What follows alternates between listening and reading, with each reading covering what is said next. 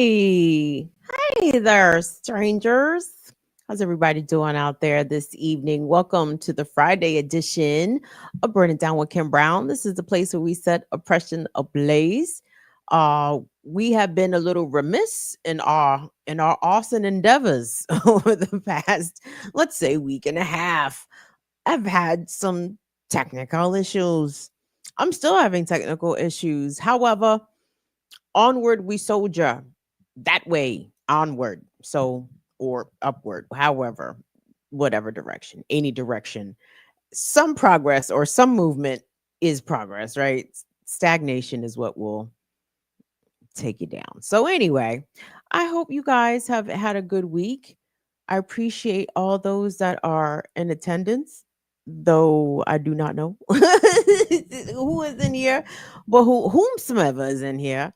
Your presence is definitely appreciated. So thanks so much. So this is actually going to be an easy peasy kind of show, y'all.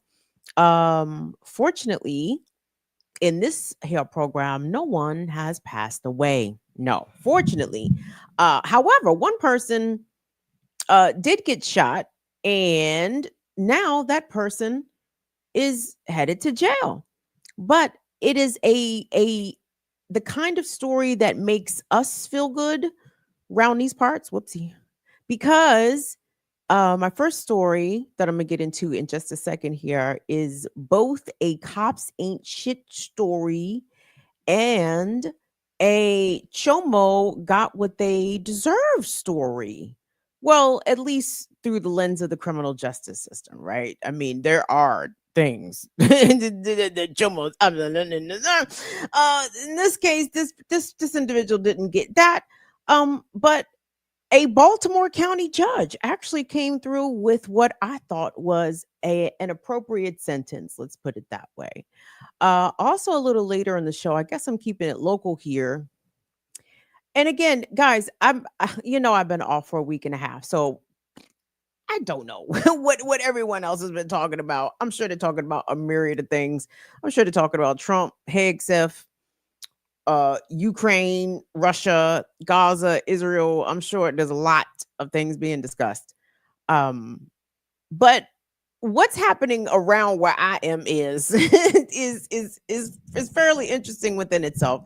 So, of course, the story about Kilmar Abrego Garcia and the use of this federal database of containing the names of thousands of alleged gang members, which also included his name, which is what I think other motherfuckers have actually picked this up. I think I saw CNN have Aisha Braveboy, the Prince George's County State's Attorney, on talking about this. Yeah, PG County Police is the reason this man is in fucking El Salvador, and the fact that like the White House is openly defying Supreme Court orders, I don't necessarily find that surprising because Trump told everybody he was coming in here being big man, dictator, strong man, authoritarian, right? Not what is a court order to an authoritarian? Okay, what is a judge's ruling to someone who does not give a fuck about the law? Just shit on paper, right? But the fact that this White House continues to literally slander Kilmar Abrego Garcia. It's time for the boys and girls to play a little hardball, and I'll tell y'all what I mean by that in a little bit. But anyway, appreciate all coming through. Please hit the like button, subscribe to the channel. I don't know where we are in subscribers. Let me not say a number because as soon as I say, oh, last time I looked, we were at X number, then I look at the shit again, I'm like, oh, damn, we done lost. So let me be quiet and just hope for the best. But thanks to all that are here. You are deeply, deeply appreciated. So come on in here, subscribe to the channel if you're not already subscribed. We appreciate everyone coming through. So my first story is a combination of, let's put it this way. This story is a good update to a bad story. Let me put it. That's actually a very good way of putting it. And heads up, content warning for trigger warnings about CSA, child sex abuse, and the like. Though the violence in this story will allow it, okay, for reasons, and you guys already know this. So let me take you back. So this initially happened, or at least this part of the story began July of 2022, where a 10-year-old girl who had been attending a after school, like a kiddie daycare in Owings Mills, Maryland. This is in Baltimore County, outside of Baltimore City. July of 2022, the relatives and family members of this 10-year-old girl caught her watching pornography on her iPad. And they asked her, "How did you come to encounter this?" And the response that she told her relatives, according to court testimony, was she said, "Mr. James." Now, who was Mr. James? Mr. James drove the bus to and from the daycare where this 10-year-old girl attended. Mr. James was a former Baltimore City police officer. Let me say that clearly. Mr. James was a former Baltimore City police officer. He was the bus driver, or drove the bus slash van for the daycare, and he was the husband of the daycare owner. Okay. Now, the family members of this child reported this incident, but they also told the woman whose daycare it was. Her name is Shantari Weems. July 2022, when the child was discovered looking at, pornography on the iPad. That was in early July of 2022. By July, July 21st, I think it was July 22nd. Later on in July, Mrs. Weems confronted her husband, Mr. James Weems, at the Mandarin Oriental Hotel in Washington, D.C., and she allegedly put 2 bullets in him. I said a hero, and then a hero comes along with the bow pow to carry on. That is what you do with chomos, even if it is your husband. I think you guys should be well familiar with this story, because I think we held up this sister's name tremendously, okay? She put 2 bullets in her husband. She got arrested. Eventually, Shatari was convicted, I believe, of aggravated assault and carrying the pistol in DC. She was sentenced to 4 years in federal prison. She's already serving 2, but for the past few years, her husband, or at least ex-husband at this point, has been walking around free. That was until late 2024, when James Weems was actually convicted of not only sharing indecent images and videos with children, but he was also convicted of R-wording this then 10-year-old, who very bravely took the stand, by the way, against her horrific abuser. This former Baltimore City cop. This is why this is also a cops ain't shit story. Because police are not the protectors, not even the protectors of women and children, right? This guy was the wolf. He was the menace. He himself was the predator. So now he's been convicted. And actually, let me take you back to, I think this was November 2024, when it was announced that James Weems was indeed guilty on numerous counts involving sex abuse against a very young child. So let's go to that clip, please. Is breaking news.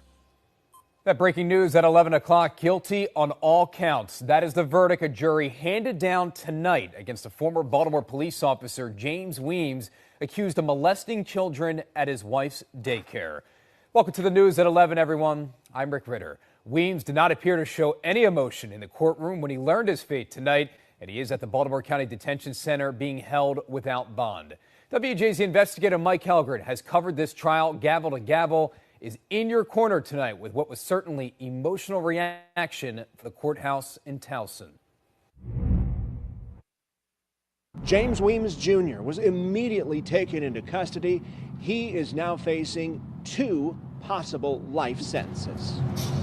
The defendant, in an open-collared white dress shirt, walked into court before the verdict, free for the last time. He's guilty. Finally got Out of here. everything. Put him where he deserves. Lock him up. There was relief outside the courthouse after jurors found him guilty on all counts for sexually abusing, raping, and showing pornography to a girl now 12 years old who attended Little Kids Castle, the daycare his ex-wife operated in Owings Mills. Justice for all the babies. The ones that we don't know about, the ones that we do know about, everybody. Weems, a retired Baltimore police officer, drove the van at the daycare and admitted looking at pornography while taking the children to their schools. But he claimed he never intentionally showed it to them or touched anyone. The jury didn't buy it and believed the girl, who broke down in tears following her testimony. What do you want to say on behalf of the victim? She's loved. She's very loved. She has a ton of support. We all have her back. We always will. She's incredibly brave. There are adults who do not have the bravery that she has. And I mean, seeing what happened in that courtroom, you can certainly understand it.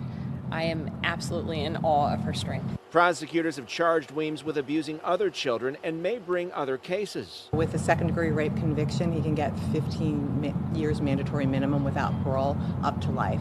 So at this point in time, our plan is to go to sentencing, see what the sentence is, and we can make a decision at a later date. Weems' former wife, Shanteri, also testified. She shot him at a Washington, D.C. hotel in a confrontation just days after she learned of the allegations. She remains in prison serving a 4-year sentence. I'm happy for these kids that's getting justice. I'm just thanking God, because this could have went another way. What do you think Shanteri would say? She'd be cussing, but she will be thanking God too. He's where he should be. Prosecutors asked for enhanced penalties in this case because of the victim's age. Sentencing will take place in early January. In your corner at Towson Circuit Court, Mike Helgren, WJZ.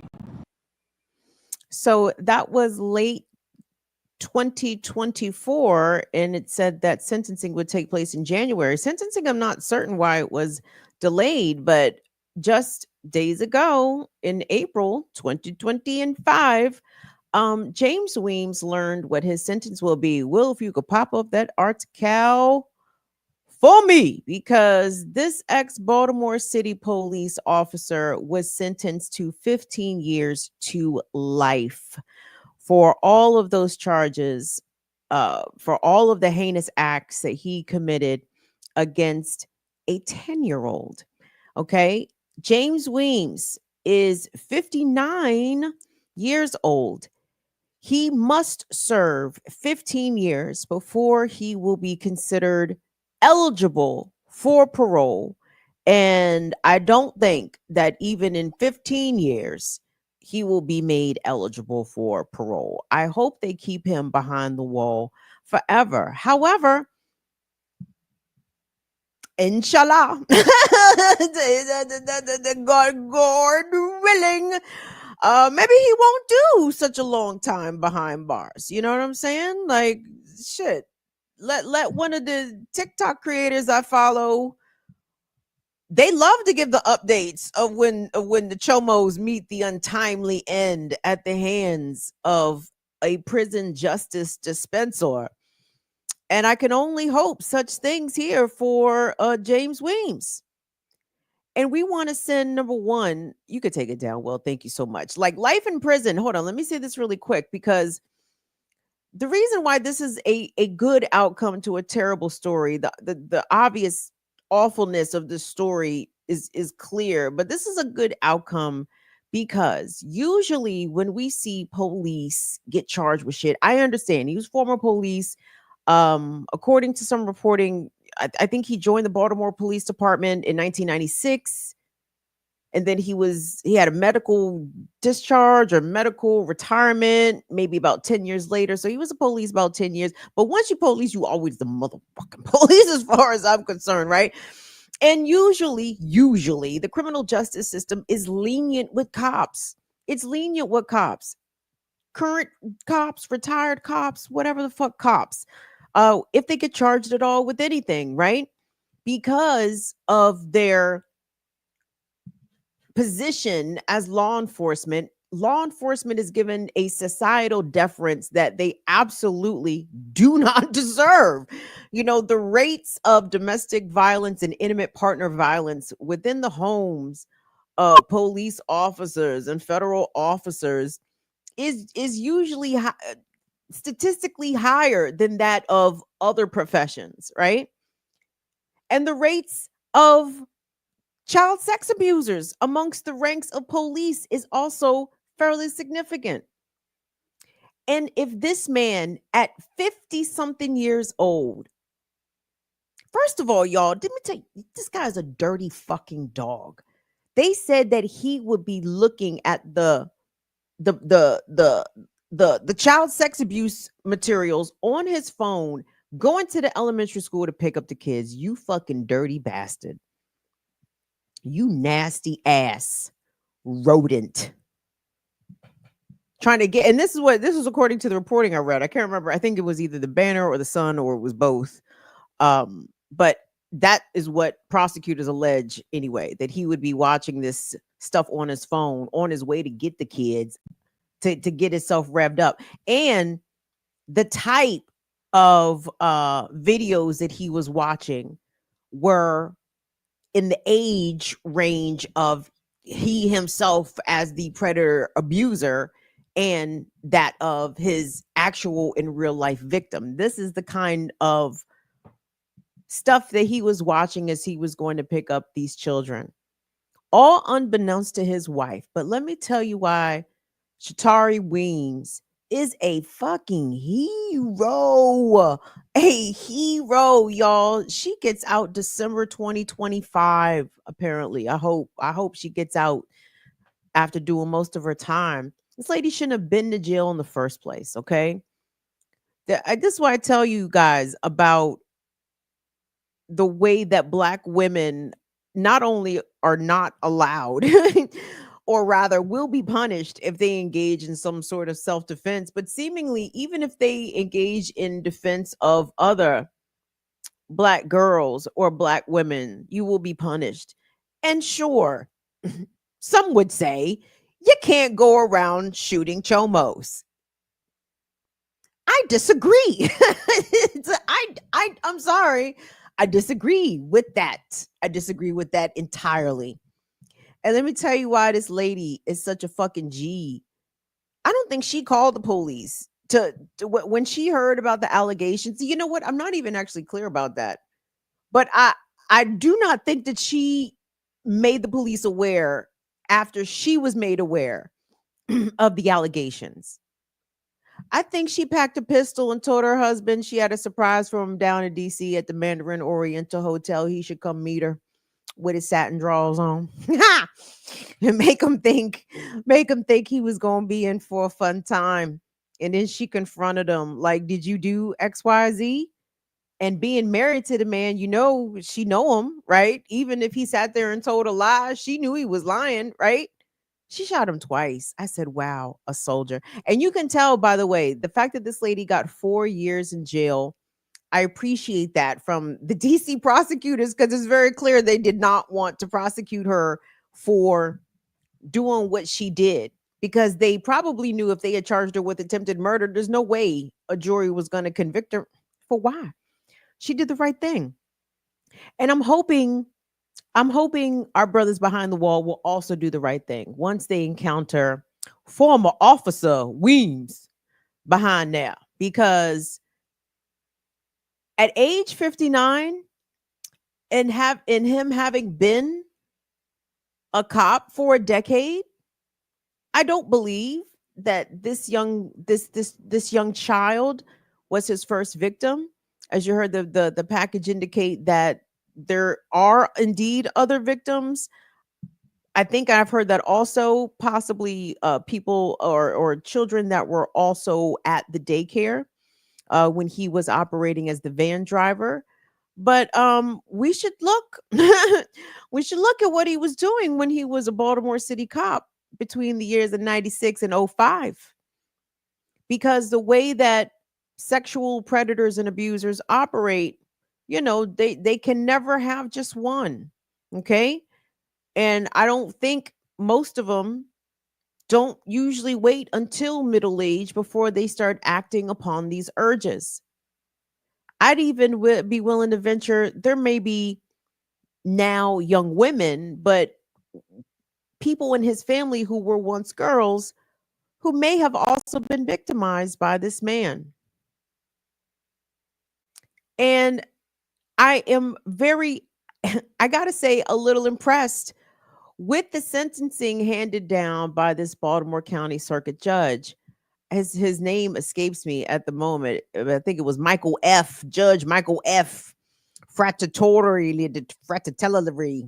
I'm fucking this man's name up, but shout out to him because 15 years to life is a significant sentence. That's the other part about this story that I find to be the good outcome. The fact that this guy was a cop and he got this 15 years to life sentence, and the fact that this guy is now a convicted child molester and he got a 15-year to life sentence instead of some little slap on the wrist, instead of some probation, instead of some bullshit 2 to 4 year sentence, which motherfuckers can do on their motherfucking head.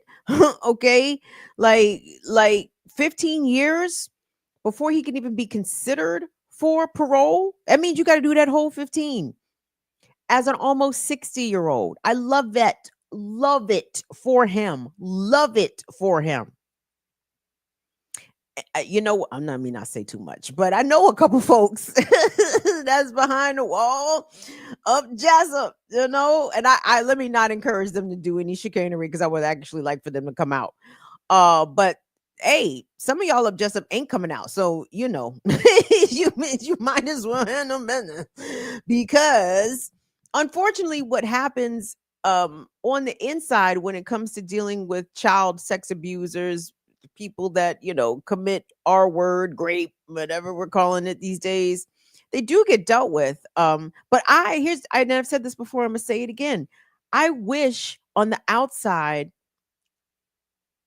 people with these kinds of allegations would get dealt with as though they were on the inside, because the problem with prison justice is you got to wait for the chomo to actually get to fucking prison. Okay. And there's too many variables that could make sure that doesn't happen, right? Piss poor or lackluster police investigations, prosecutors who may not have the ambition or the willingness to seek a significant sentence. The judge could fumble on the goal line. Like, there's a lot of shit that could go wrong with the criminal justice system, right?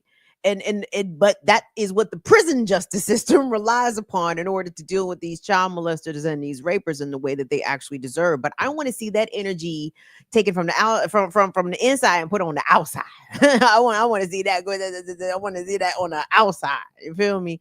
Don't let these motherfuckers walk around here with years of whispers and campaigns and allegations that don't go nowhere. You know what I mean? Because y'all, if it really, if it's one, but we'll try to be a little fair here. Let's say if it's 3 or better, 2, no, fuck that, 2 or better, 2 more accusations are better, y'all.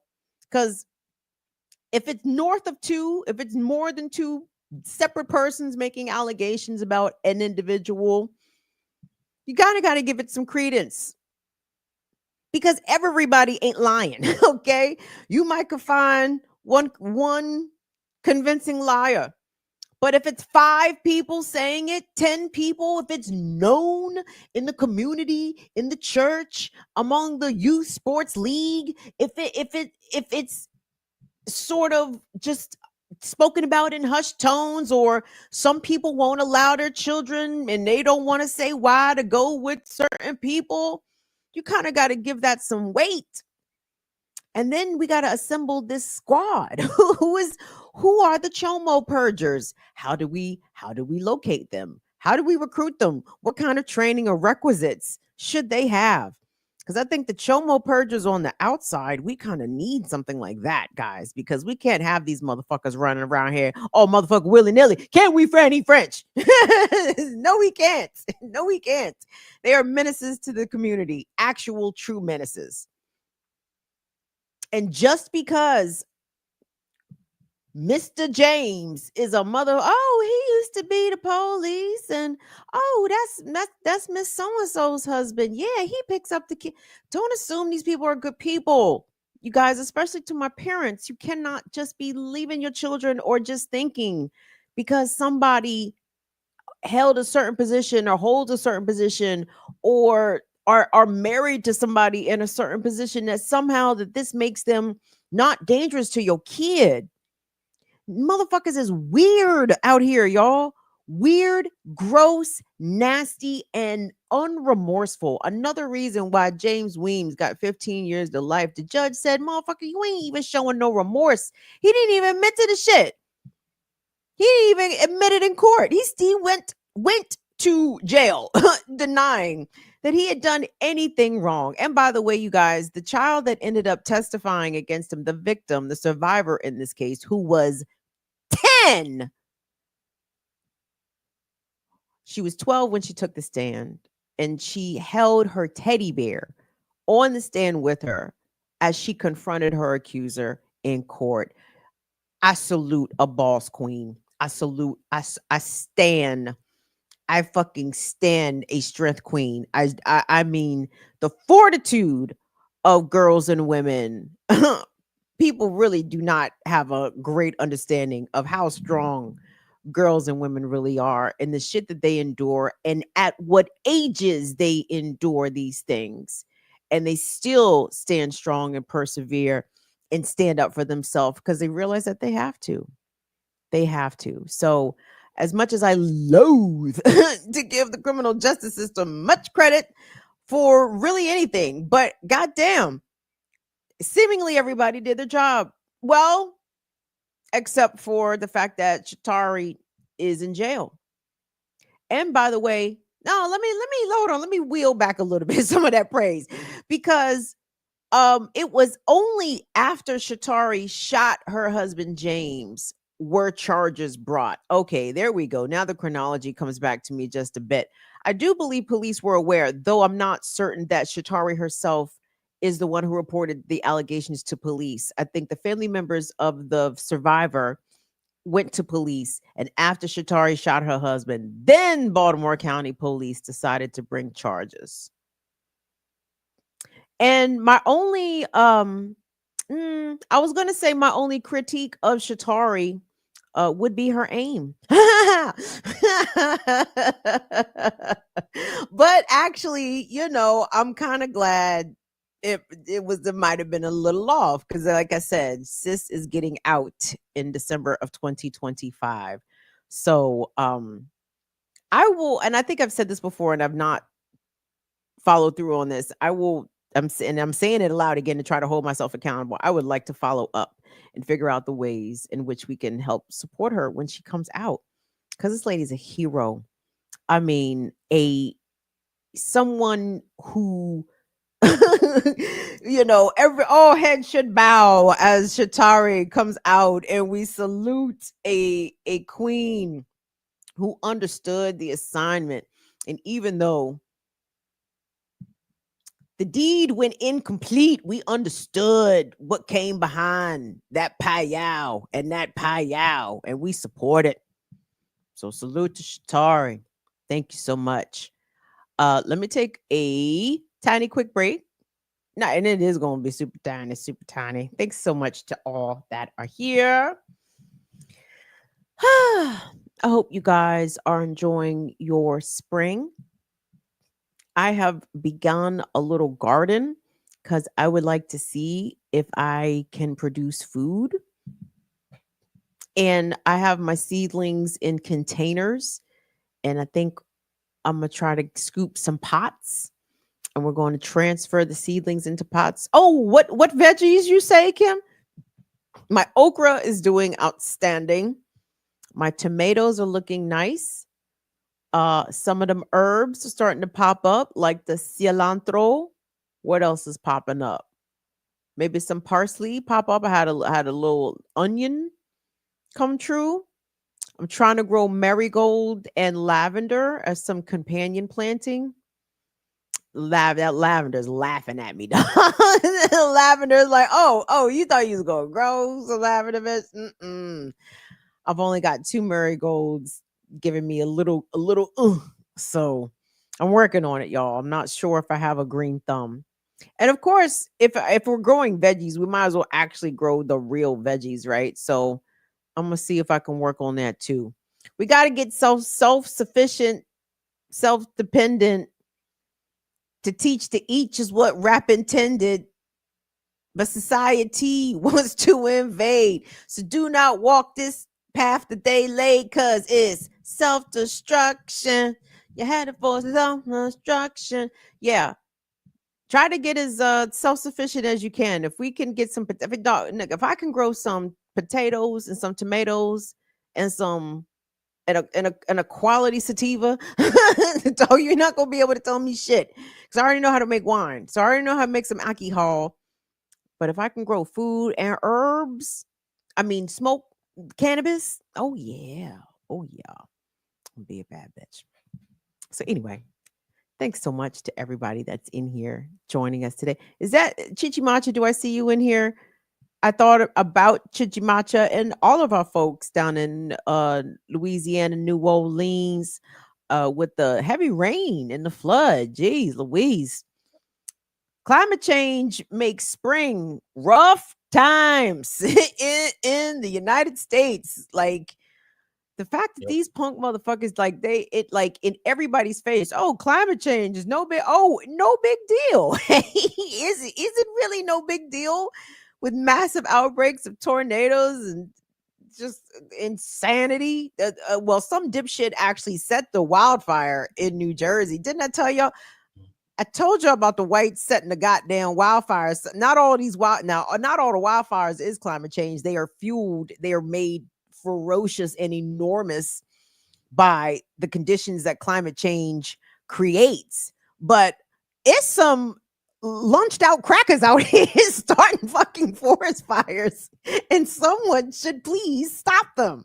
Again, the whites, I never hear about fucking black people out here setting forest fires. Never. Latinos set the forest fire for what? What the indigenous person set the forest fire for? Why? They never do. It's always the who, the euros. What is it? What happened? Show us on the doll where somebody hurt you. Cause god damn, white people act like Earth is their enemy. Nigga, please just leave the rest of us alone. Tell Elon, y'all meet at the rally point. Not y'all, not Franny and Norman Witch and shit. not y'all, but the rest of the whites. They need to go meet at the rally point with Elon and Jeff Bezos, and y'all, them motherfuckers can Blue Origin their way up out of here, away from the rest of us, because clearly they don't want to be here. They keep trying to burn the shit and poison the shit to whole of hell. Obviously, the Euros don't want to be here. Then they should leave and leave the rest of us be in peace, for God's sake. Oh, God. Look at Russia and Ukraine. White people wearing each other out. Jesus Christ. They can't even leave each other alone. For God's sake. Anyway, let me go on. Because the whites is about to get on my nerves in this next story, too. So, whites and blacks, may I add. Everybody gets on my nerves in this fucking story. And I don't know what the troll situation in here, but let me be clear, okay? I do not hate white people. I hate even have to put out this fucking disclaimer. Do not hate white people. I hate white supremacy. I hate white nationalism.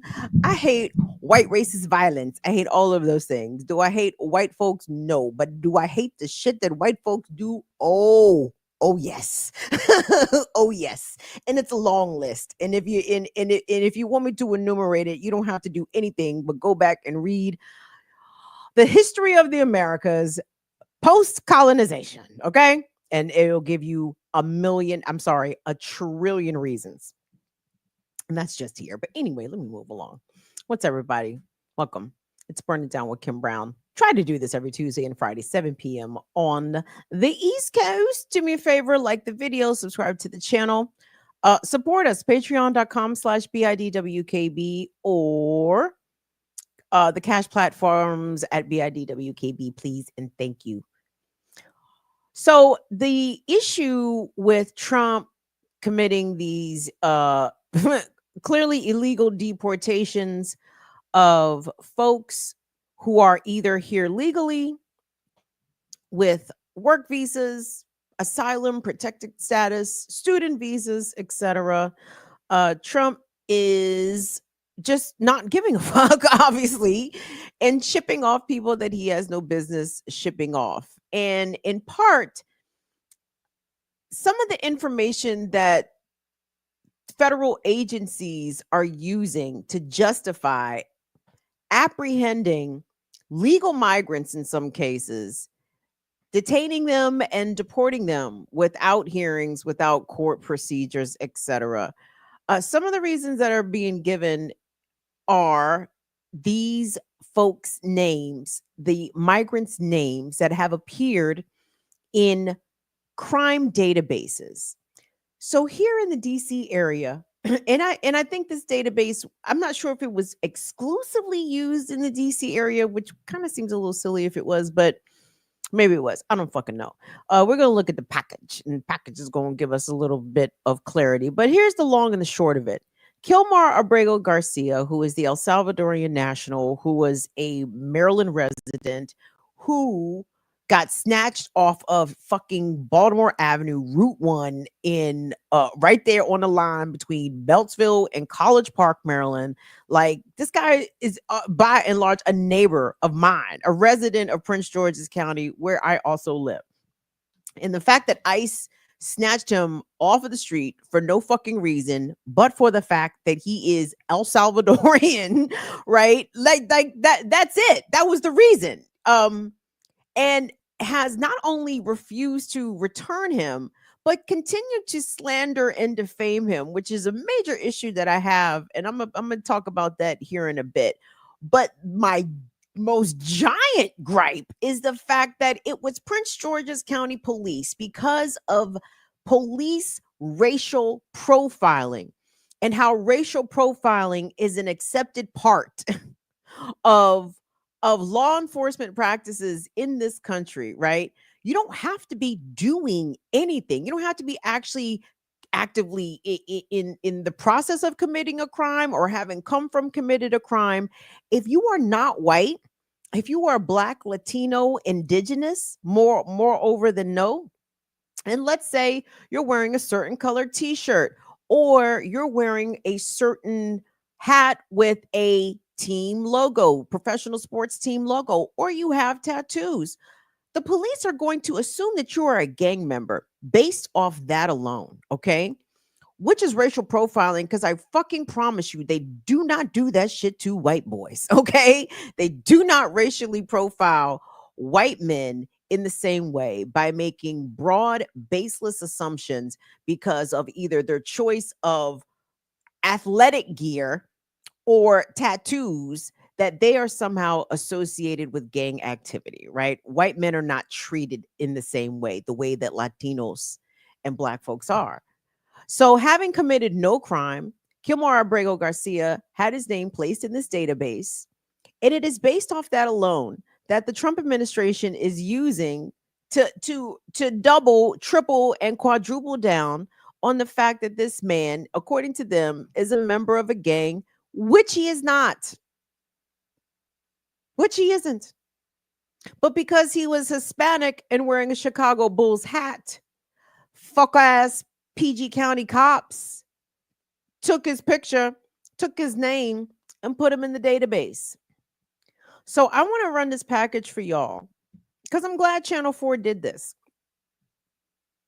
I'm not happy with all the elements of this piece, but I'm glad that it was at least pursued and then represented to the public, for the opportunity for us to even from a legacy media outlet, understand the way that this federal government, heralded by Donald Trump, is committing gross illegal acts that they are not likely to ratchet down. In fact, they are likely to ratchet up these kinds of illegal acts and floutings of court proceedings, and likely to turn these exact tactics of kidnapping people off the streets and sending them to parts unknown, very likely to do that to US citizens that he doesn't like, or doesn't like what we say. So anyway, let me reset. Okay, Will, let's go to the package. And this is about the gang database, federal gang database that Kilmar Abrego Garcia's name appeared in, based off the fucking bullshit done by the Prince George's County Police. So there's that. Let's roll it. Questions continue to surround the mistaken deportation of a man who lived in Maryland and Hey, was Will, sent to a stop that for me real Salvadoran quick. I'm so prison. sorry. Stop that real quick and like start it from the beginning. Can I say this real quick? Every local piece and national piece that I've seen about the deportation, the illegal deportation of Kilmar Abrego Garcia, they always couch it in that language. The mistaken deportation, the man who was sent away by mistake, it was not a fucking mistake. The White House cop to it being a quote administrative or clerical error, but if it was a fucking mistake, then it's a mistake that they would be interested in rectifying, and they're not. So I don't even like this sort of giving the benefit of the doubt to the Trump administration that this was a mistake. No, this was an intentional act to seize any non-citizen that they could find and ship them off. For what? But anyway, I'm sorry, Will. Thank you. Go ahead and run that. Thank you. Questions continue to surround the mistaken deportation of a man who lived in Maryland and was sent to a Salvadoran prison. News 4 was first to report Kilmar Abrego Garcia's case before it became an international story. 5 years ago, News 4 and Telemundo 44 interviewed Abrego Garcia when we partnered to investigate a federally funded database of suspected gang members used by local law enforcement. But activists said that database didn't allow for due process, and Abrego Garcia was one of the people who told us he was wrongly accused. It's an accusation that came back to haunt him recently, and that's where investigative reporter Tracy Wilkins picks up the story. Images of Kilmar Abrego Garcia held in a Salvadoran Supermex prison last month shocked many. It's what he told News 4 he feared most when we spoke with him back in 2020. At the time, we agreed not to reveal his identity. He said he was falsely labeled a gang member after he was stopped by police outside of this Home Depot in Hyattsville. I only imagined being deported to El Salvador, and a lot of things could happen to me because they were labeling me as a gang member. In 2020, News 4 and Telemundo 44 investigated GangNet, a database police shared. It was run by a federal grant program called the Washington-Baltimore High-Intensity Drug Trafficking Area, or HIDTA. At its height, the database held the names of more than 7,000 alleged gang members and operated in more than 30 regions across the country, according to HIDTA.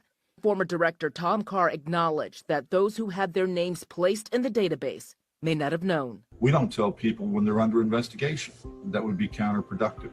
According to a HIDTA report, individuals could be placed in the database if they or someone else said they were in a gang, or by their tattoos, or if they used gang signs or wore its colors, or by associating with gang members. Federal agencies could access the names in this database, prompting activists to speak out against it, saying people were being cheated out of due process and an opportunity to defend themselves. Lucia Curiel defended Abrego Garcia after his Hyattsville arrest in 2019.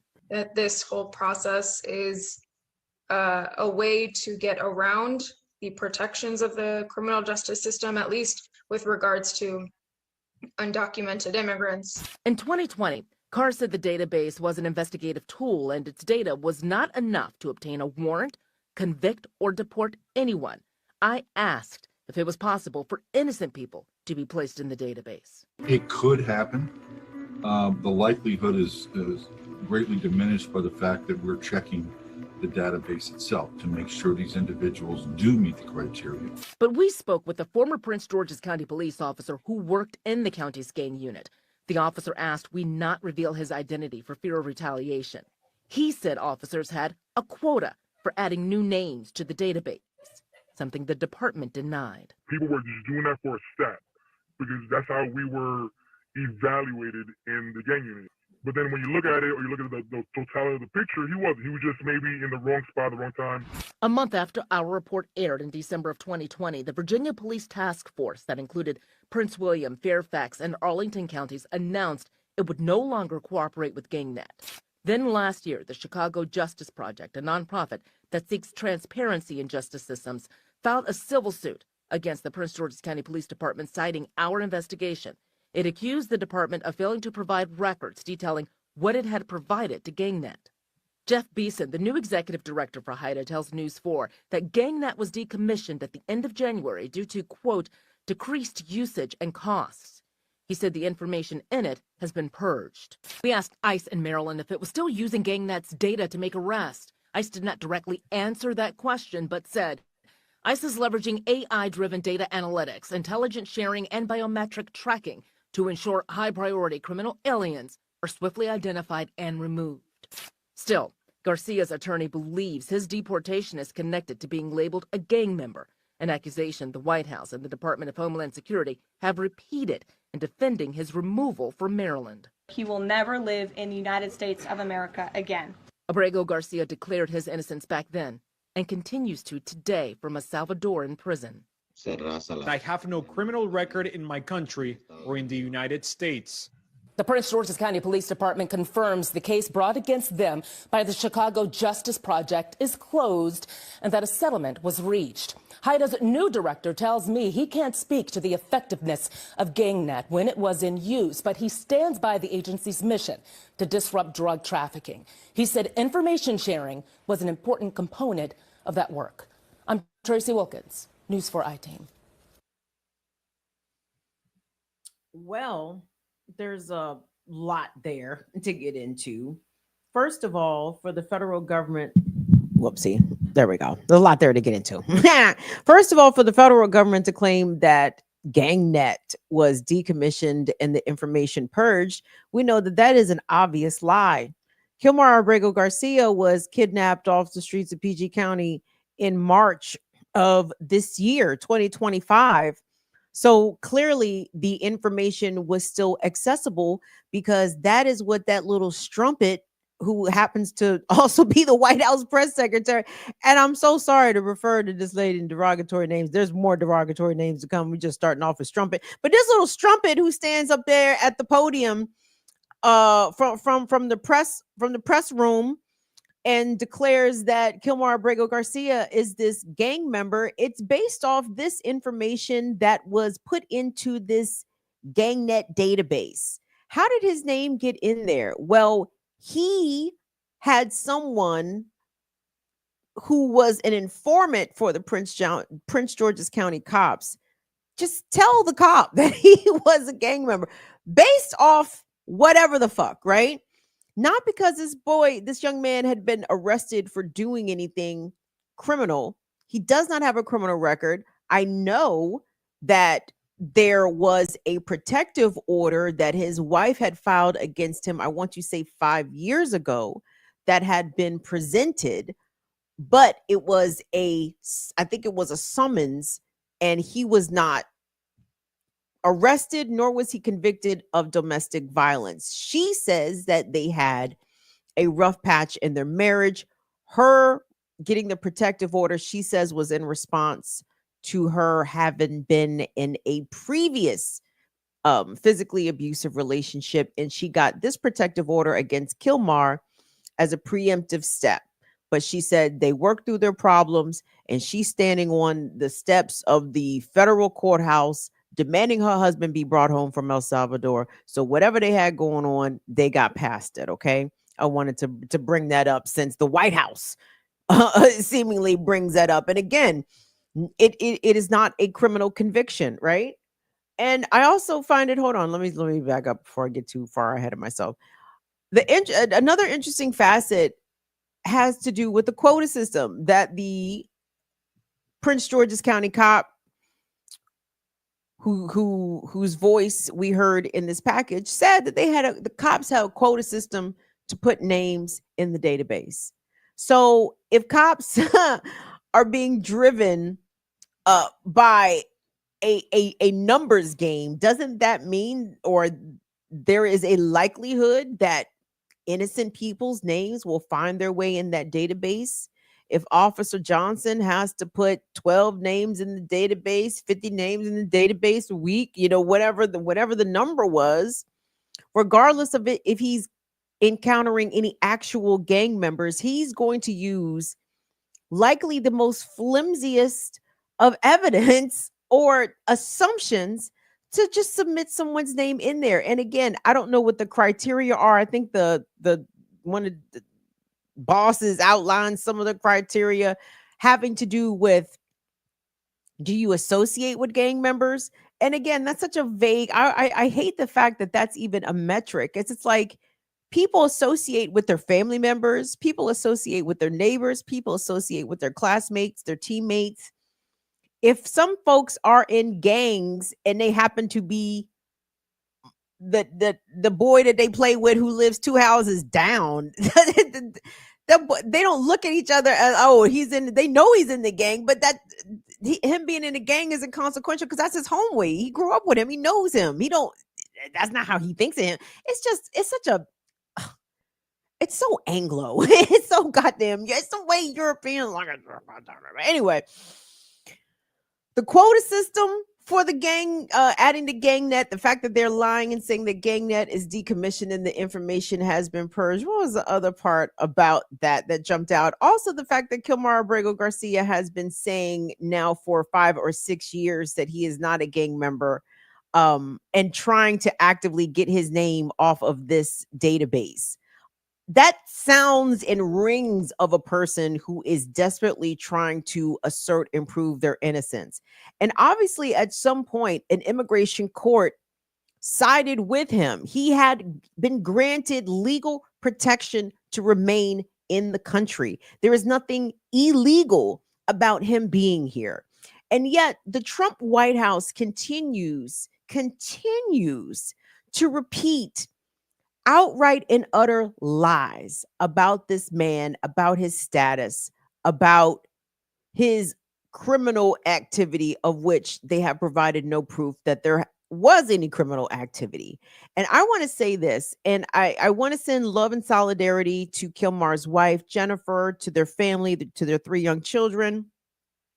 Big up to his union members. I think he's a journeyman. I can't remember what union he belongs to. I had the video saved on TikTok, but in my phone, so I don't have that.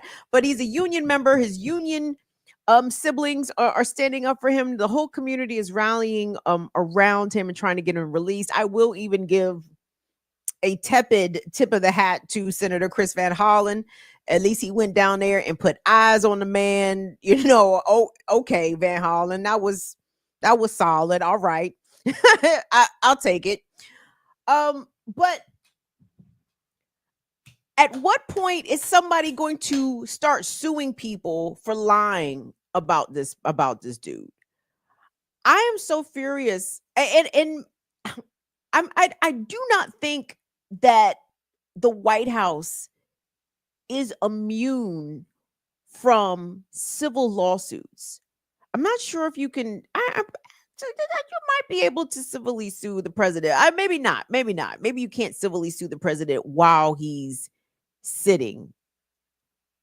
But that press secretary, you should be able to slap a defamation suit on that bitch right there, because that bitch, not only is that bitch lying, but that bitch is flagrant in her lies. That bitch is disrespectful in her lies. That bitch is belligerent in her lies. And let me say this, guys. To be clear, I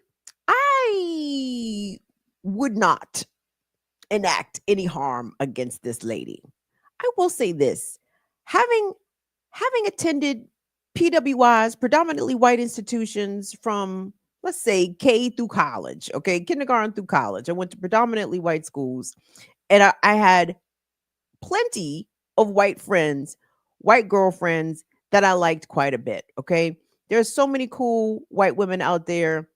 I appreciate you. Maybe not so many. Maybe so many is overstating it. But there is a notable number of cool white women, no question. And then there's a notable number of white women that, when I tell you that they are snatchable, and I, do y'all understand what I mean by snatchable? I mean, when it comes to, throwing hands, hair pulling is not my go-to. I think, I believe in fist. I subscribe to punches and jabs, okay? But when I see this "See You Next Tuesday" stand in the press room of the White House, I said, that's a snatchable lady.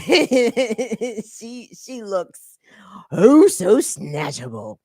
So anyway, I want y'all to listen to this bitch double and triple down on these lies based on what? It's time for the defamation suits to be filed. It's time to stop letting this slander stand, not only against Kilmar, but other folks as well. But anyway, let's listen to the lies that the Trump White House continues to spew because they cannot back their shit. They don't have anything, nothing legitimate and or firm to keep this man in El Salvador. And yet they stand proud in their idiocy, like, of course, we knew they would. So go ahead, Will, run that, please. Jeff.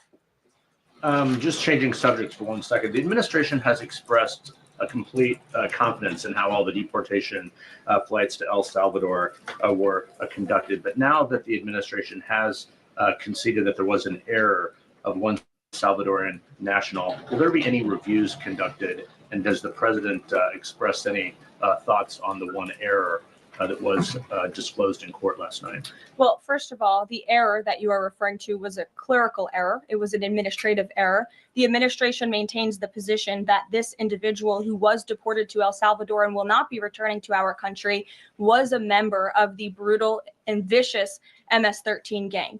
That is fact number one. Fact number two, we also have credible intelligence proving that this individual was involved in human trafficking. And fact number three, this individual was a member, actually a leader of the brutal MS-13 gang, which this president has designated as a foreign terrorist organization. Fact number four is that foreign terrorists do not have legal protections in the United States of America anymore. And it is within the president's executive authority and power to deport these heinous individuals from American communities. It is a promise he campaigned on. It is a promise he is keeping. And every single person in this room should be grateful for that, considering especially MS-13 is very prevalent and prominent here in the District of Columbia, in Maryland, and in Virginia. And the president, the attorney general, everyone who has been involved in these operations is focused on eradicating these criminals and terrorists from our communities. The vice president said he was a convicted member of MS-13. What evidence is there to back that up? There's a lot of evidence, and the Department of Homeland Security and ICE have that evidence, and I saw it this morning.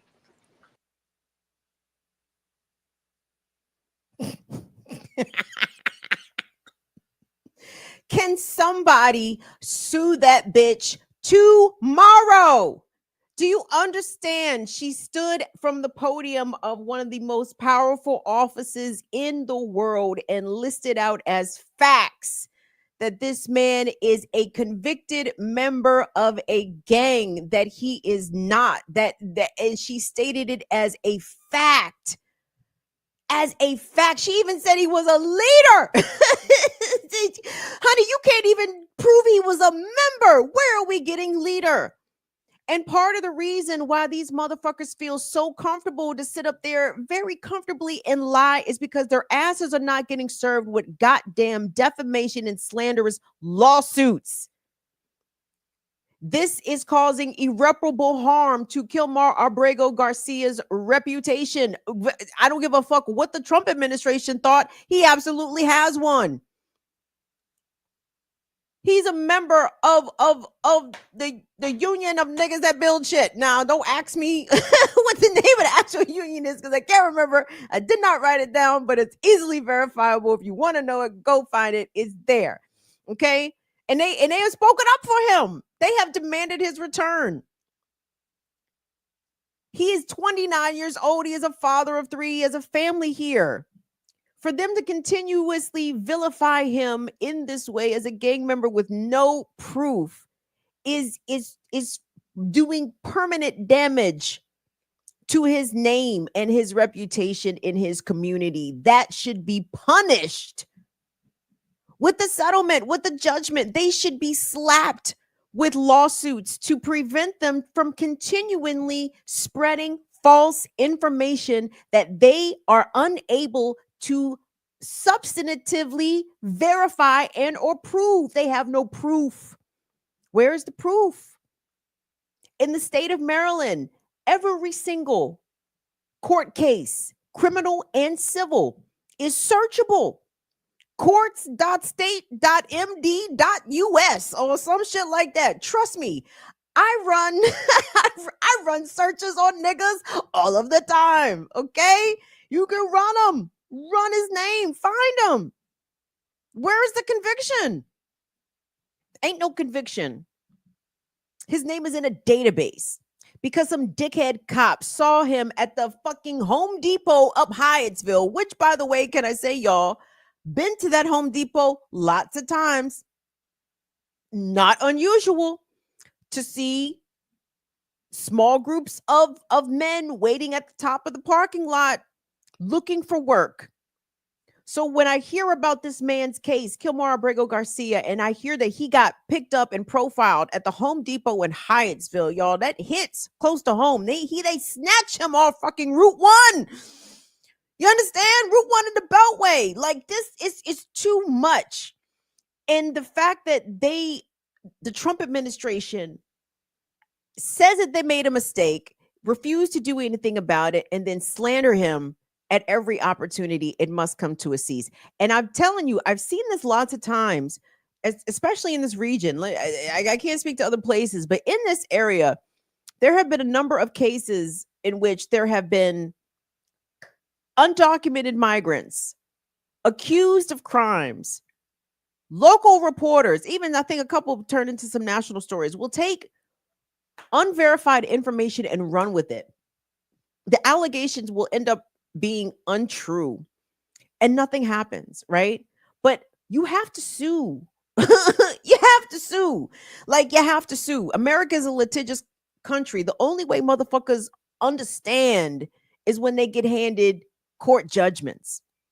That lady needs to be sued. The Catherine Kuntasaurus, whatever the fuck her name is, needs a lawsuit slapped right on her ass. JD Vance needs a lawsuit slapped right on his ass. Like, you can't, nigga, because I tell you this much, you wouldn't be sitting up there lying about my husband like that. And to be honest, I would love to see some plucky civil liberty, recent law graduate, someone recently barred, or even some of those kids from those Ivy League schools where the law firms promised they wasn't going to hire them because of their pro-Palestinian political activities. Well, fuck it. If the law firm's not going to hire you anyway, you sitting on that fancy ass law degree in education for what? Run this lawsuit on behalf of Kilmar Abrego Garcia. Run it on behalf of his family and his children. Because the administration has no right to do this. And you may not be able to sue Trump directly. I'm fairly certain you could probably sue that strumpet with the bad makeup. You can actually slap a lawsuit on her ass. Because I don't give a fuck. You don't get to sit up anywhere and continuously spread lies about individuals with no consequence. Why? Because you represent you're the mouthpiece of the president. And I'm trying to remember the context of what was Giuliani. I know he was found liable for defamation and slander against those Georgia poll workers, those election workers, those 2 black women who he has to pay gobs of money to. But I can't remember if Giuliani, was he serving as Trump's personal lawyer in some capacity? I don't remember if he was actually holding of an actual White House position or federal position at that time. So maybe he was able to more easily be sued because he was in effect a somewhat private citizen. But again, I can't see that shit is not in the fucking Constitution that the White House press secretary can't be sued for slander and libel. And I would encourage either Kilmar's wife, Jennifer, I know she got her hands full dealing with life and shit, but hopefully some attorney will take that up and start to make these spokespeople of this authoritarian regime have some sort of accountability for the shit that they say, because they just literally stand up there and say whatever the fuck and get quoted directly and seldom get follow-up questions of any high quality. Like, shit needs to start happening to them legally, feds, because I know y'all bitch asses is watching, because y'all all over my comrades.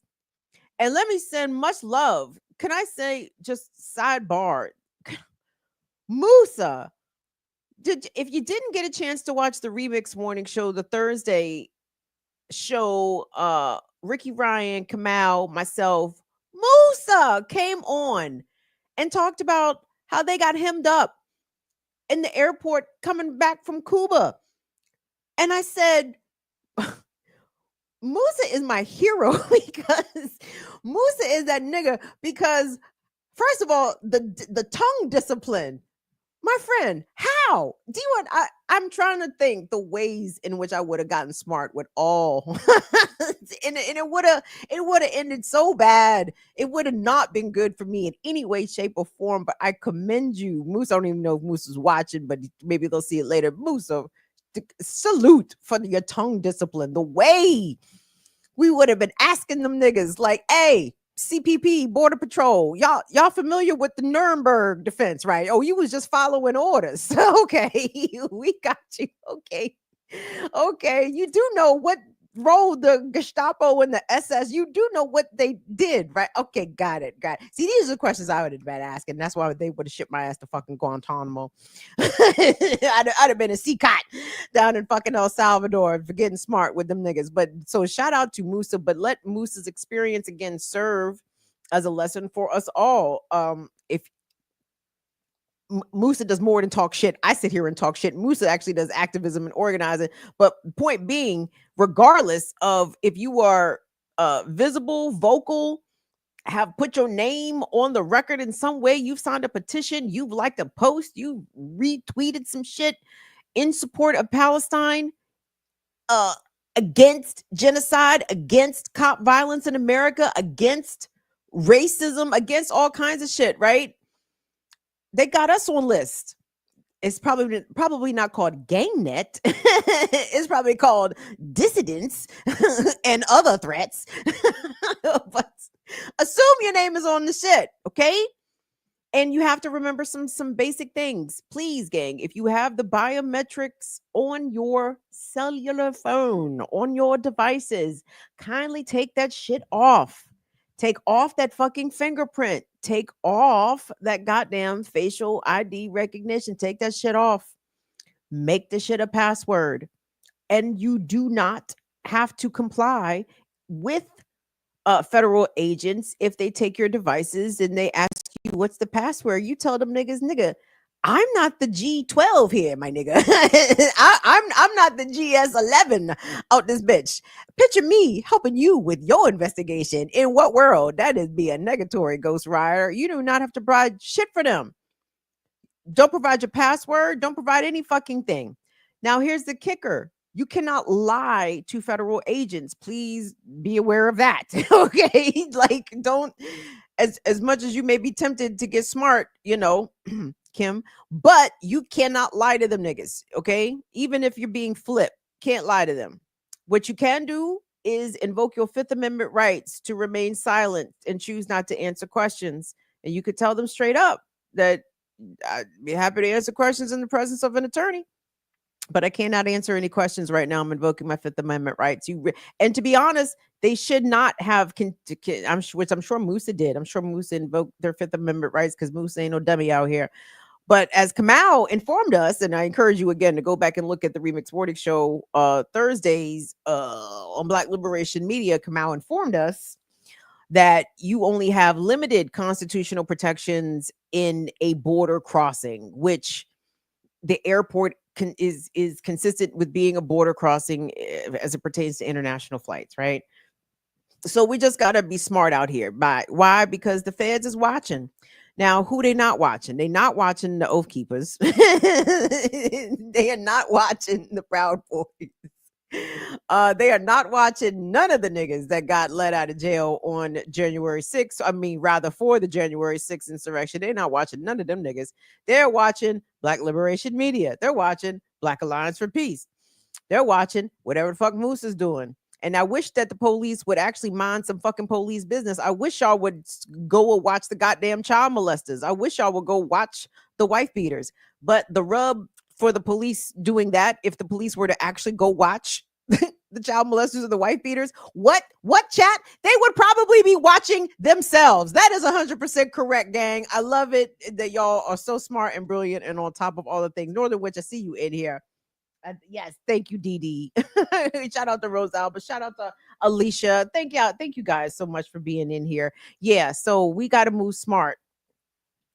You do not have to answer questions. You do not have to provide passwords. And I think, that is a baseline, should be good enough. But I want to commend Musa because Musa is incredible. Musa put themselves in the middle of a domestic violence situation when they didn't have to, which I thought was incredibly brave, and withstood the fucking interrogation of the state at the federal level. That wasn't no chump shit.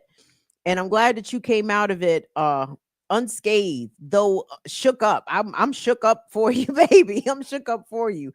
And I'm shook up for all of us. So anyway, everybody, P's and Q's on here, head on a swivel. You got to look out for the state and for the regular crackers, the regular violent ones. Because, didn't one just shoot up Florida State University?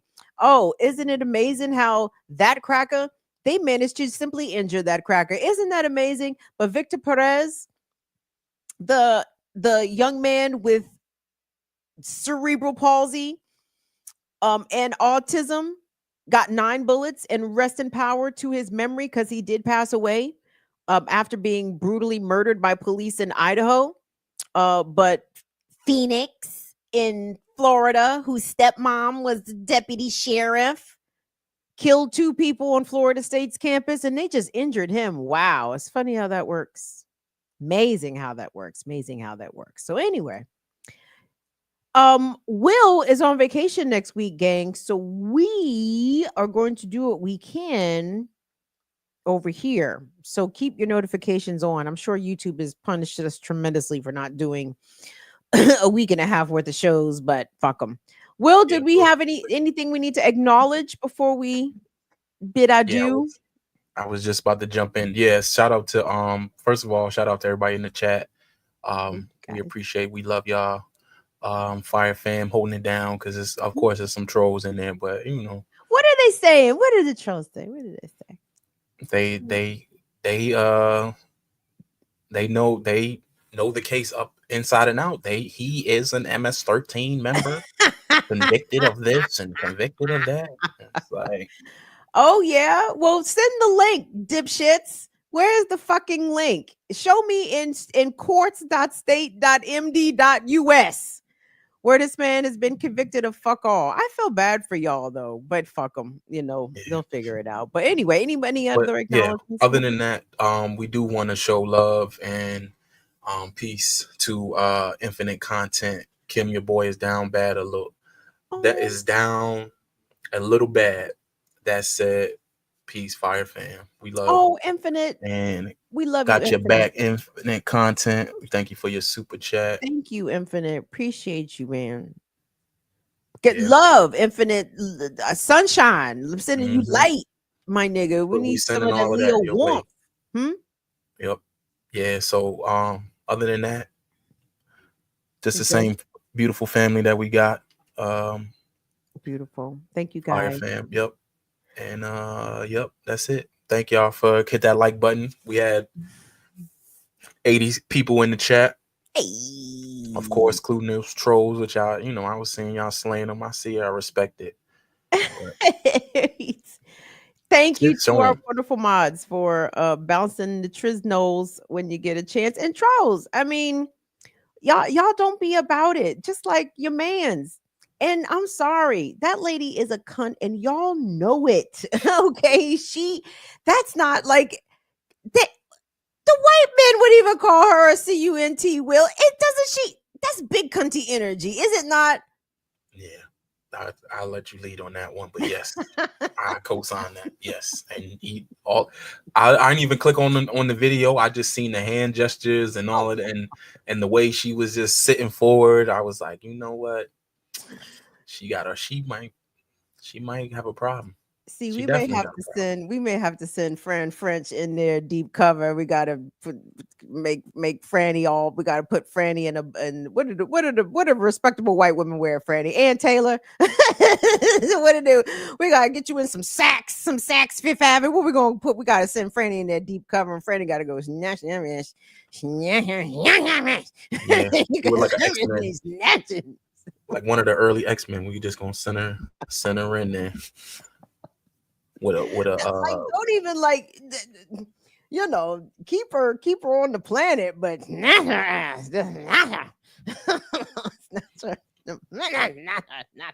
anyway, let me chill out before the fucking alphabet boys come to my goddamn house behind some bullshit because this country. Anyway, y'all have a great, safe weekend. I will see you back here on Tuesday, allegedly. And don't forget, please go subscribe to Black Liberation Media. Tune into the Remix Morning Show. Please tune into Saturdays with Renee, 11 a.m. Eastern Time. So, on behalf of that, thank you all so much. Love you all to pieces. Thanks so much to Will and Molly per usual. See y'all later. Bye-bye, y'all. Deuces.